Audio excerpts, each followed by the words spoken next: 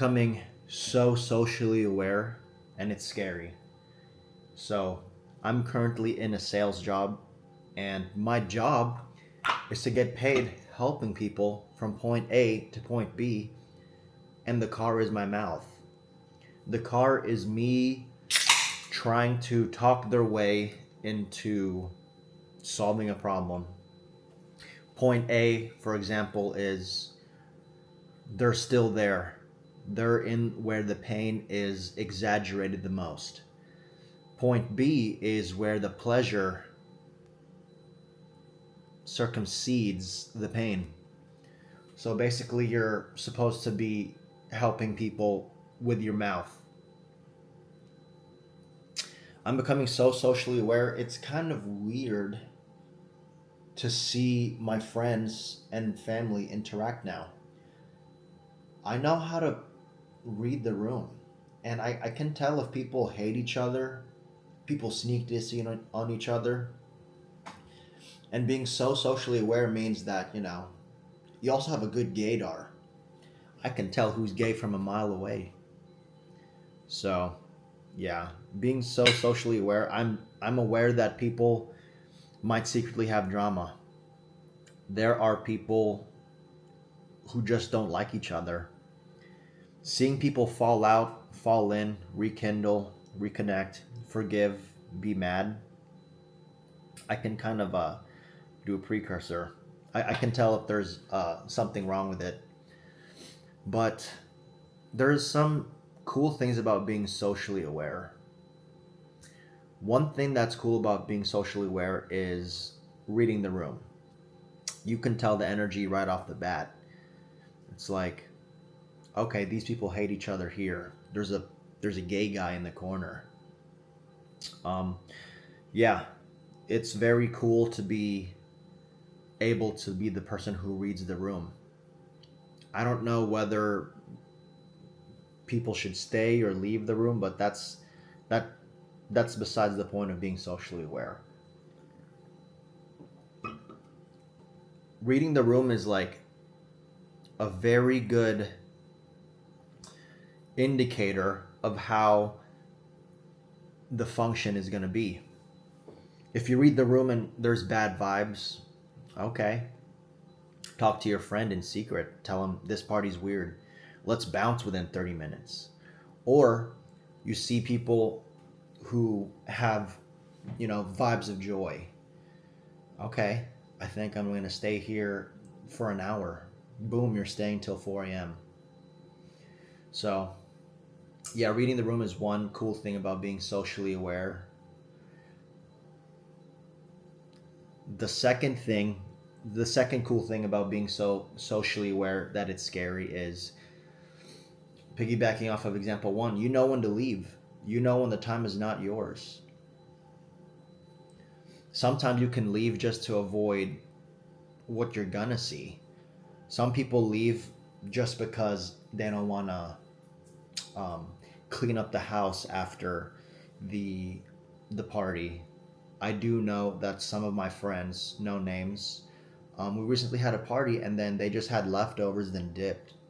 They didn't want to fucking clean the house, dude. It is a superpower because you're like, it's the good investment of your energy.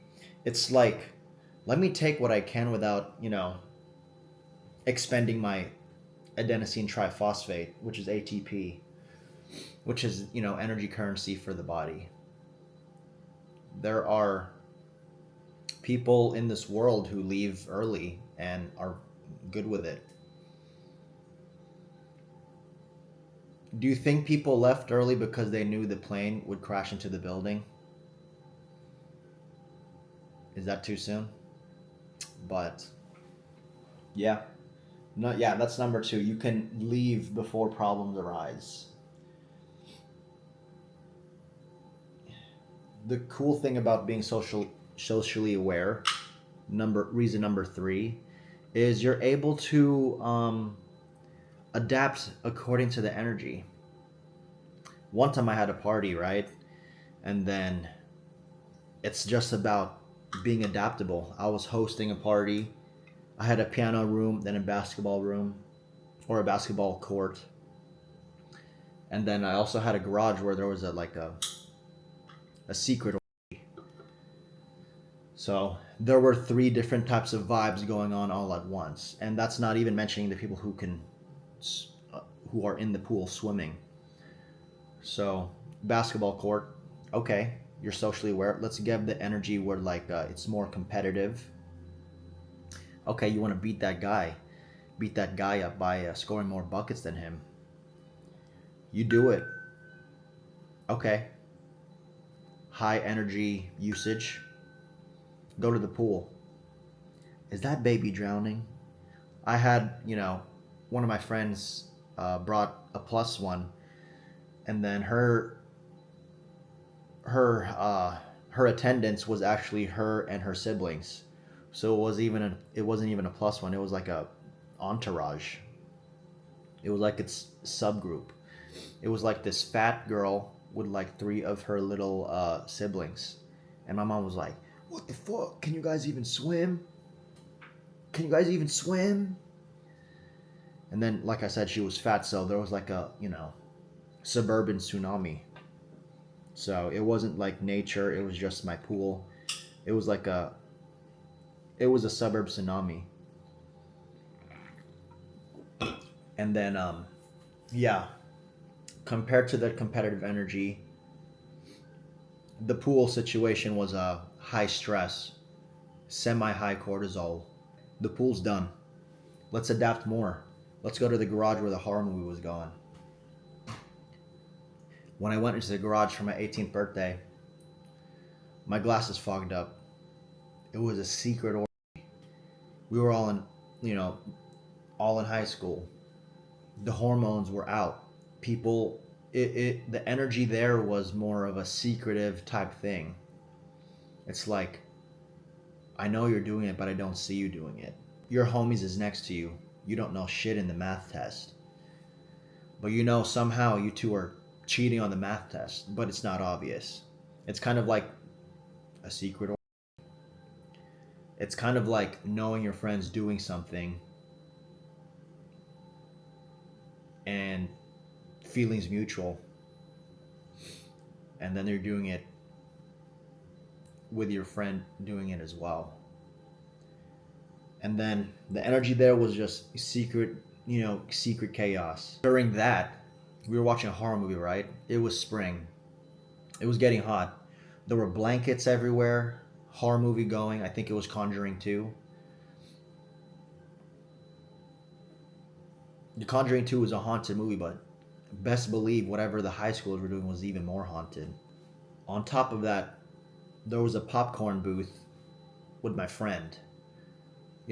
It was my 18th birthday and there was a popcorn booth. Yeah, let's just say that. On top of everything that was happening, I also had a popcorn booth during my birthday. During people's,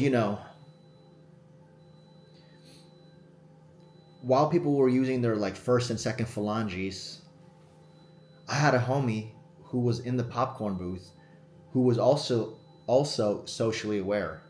He knew what everyone was doing. He knew that people were doing something, I can't say what, but he knew shit was going on. And then he used his social awareness to make it an even funnier situation. So like I said, yeah, popcorn booth. Oh, there's seasonings in the popcorn. Sour cream and onion. Cheddar cheese. I think garlic. Butter salt. You know what he did with all those? While people were doing the deed, he was just sprinkling people with fucking popcorn seasoning. He was so socially aware that happened that he just wanted to make it a good bit. Finger here, finger there. Garlic and onion. Sharp cheddar. Butter salt. Then my friend Gian came in the garage from basketball. His glasses fogged up. Then he went and played more basketball because he knew it wasn't for him. That's social awareness too. But being in the middle of all these people in my life, whether it's friends, family, or clients, you do have to be socially aware. So take what you want with this story, and if you're socially aware, do the best thing for yourself to one, read the room, leave certain situations, and adapt. So, this is not necessarily a work commentary, but it's just a commentary of social awareness. Some people don't have it. Some people don't have social awareness. I think it's called Asperger's. Yeah, do what you will with that information. So, yeah. That is the end of my commentary. Thank you for watching. I haven't done a commentary in a while. It's all been fun videos, but I decided not to talk about work this time. Let's talk about something different. So if you want more side quest commentaries, random stories, random advice that's not about work, please comment down below what should I talk about next for a commentary. I have opinions on a lot of things. Remember to like, comment, and subscribe. Road to 1,000. Let's go. Hopefully you learned something from this video. So, have a good one. Yeah.